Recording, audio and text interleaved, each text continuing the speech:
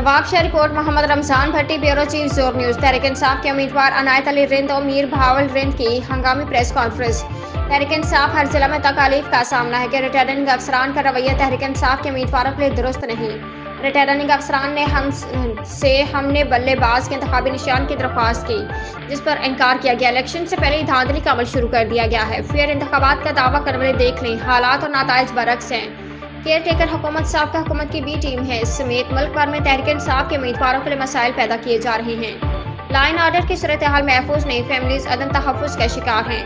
Peoples party के नामजद उम्मीदवारों के जमा कराए गए कागजात नहीं दिए जा रहे। हमारे कागजात पब्लिक इलेक्शन का सोर्स इंतखाबी निशान है, जो हमें नहीं दिया जा रहा है। तहरीक इंसाफ के बानी इमरान खान पर जुल्म के पहाड़ गिराए जा रहे हैं, चौधरी परवेज इलाही के घर की खवातीन पर तशद्दुद करके।